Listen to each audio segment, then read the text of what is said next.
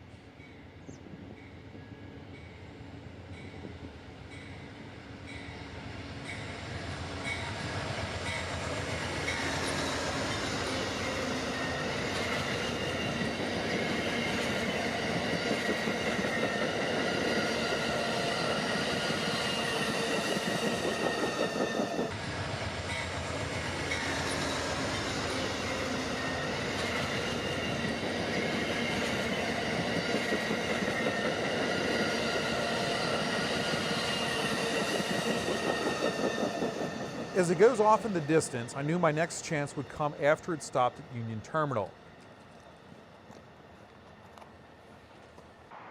So I got set up next to the C&O Railroad Bridge and I got my drone in the air to keep an eye out. We'll try Tower A. You can do it. I don't know how long this Amtrak station. Come on to Apple Street, and then when you get a light at Apple, if you got time, then go down there, I guess. Hey, arriving, Cincinnati. PO 50 departing Cincinnati. Clear, Tower Alpha. I think we've all done a grand job today. Oh, we're patting each other on the back because that's all we'll get. Took a little longer than I expected, but eventually it started snaking its way toward me. This is sped up 400%. I will say it is so cool to see this train in daylight. It really does make you wish we had more passenger rail options. PO 50 South, approach medium, CT junk. Approach medium.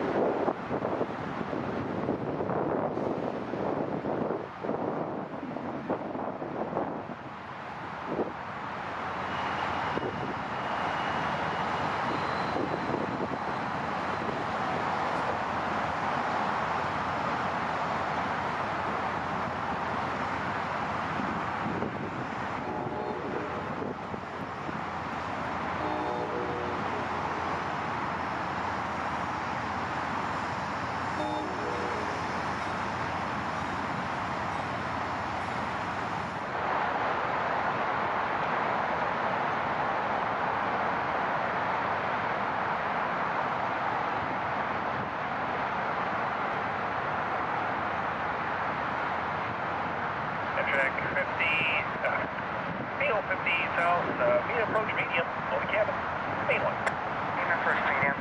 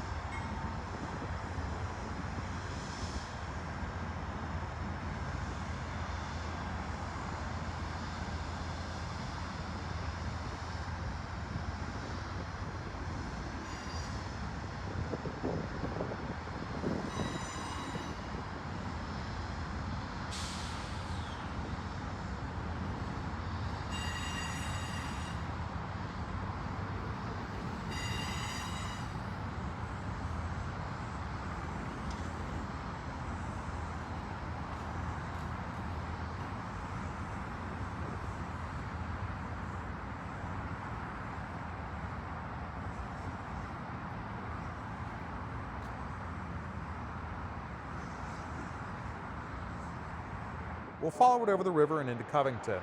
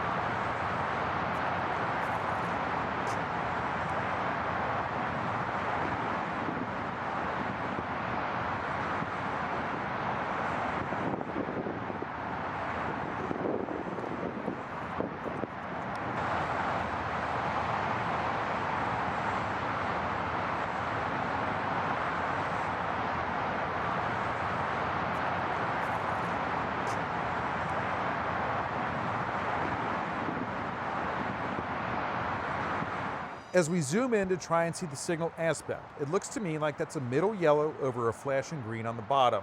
I believe that's a medium approach medium, which means medium speed through turnouts, crossovers, and sidings, then proceed approaching the next signal not exceeding medium speed. Amtrak 50, PO 50 south, medium approach medium, over cabin, main one. Medium approach medium. As it heads south, I knew my only chance to catch it again would be Maysville, and that would be pushing it, since he can do as much as 79 miles an hour in certain sections, while I'm limited to 55. PO 50 south, medium clear, Casey Junction, 82. PO 50 south, clear, next jet, main one. Despite the odds being in his favor, I figured, what the heck? How often am I going to have the chance to see this train in daylight? While I was driving to Maysville, Brent Montgomery was already a step ahead of me. He was set up along the tracks in Melbourne, just waiting for the train. And Brent was nice enough to let me include this video that he shot in mine.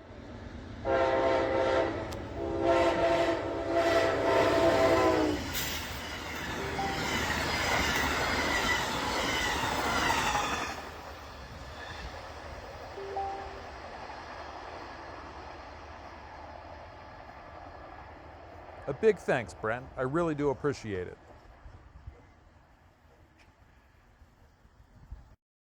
Throughout the day, I'd been following the train on the Amtrak Tracker website. It was going to be close, but I thought I could make it to the Amtrak station in Maysville before it finished that station stop. I started getting set up as soon as I pulled into the station. A moment later, this popped into view. I didn't catch the symbol, but as I was driving home, it sounded like he had some issues on his way to Cincinnati.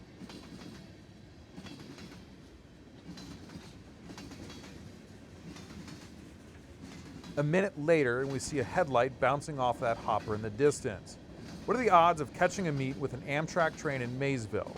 I should have bought a lottery ticket today.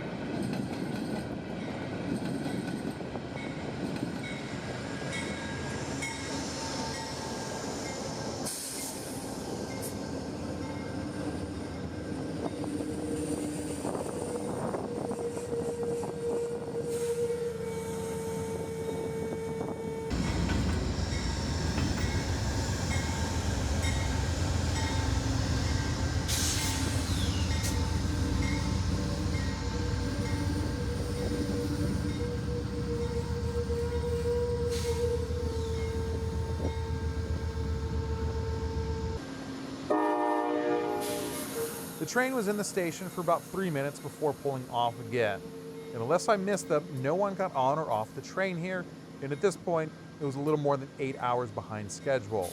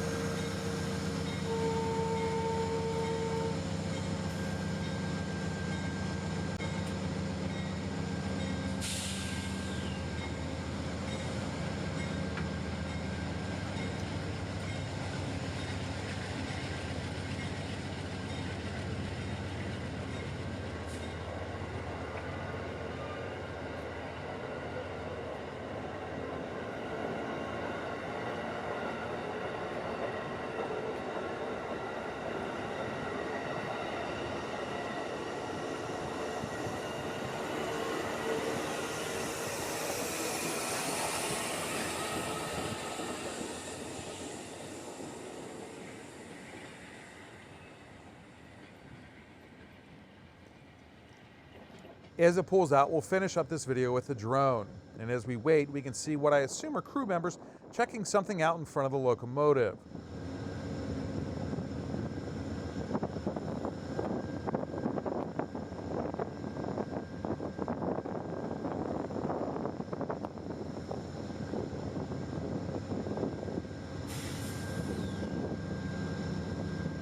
moment after they turn the corner, the engineer blows the horn and it's off once more.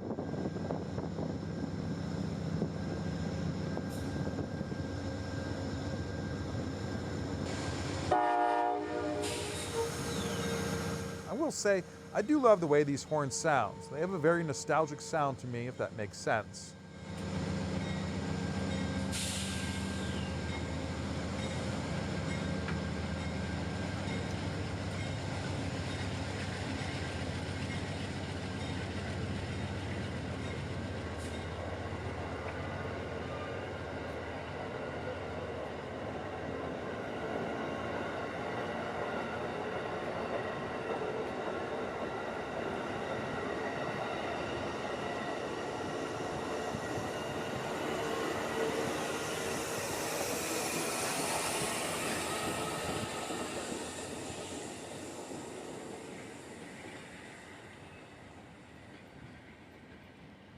I could see several curious people inside wondering who I was with my cameras, and then again, they may have just been worried they were in for more delays.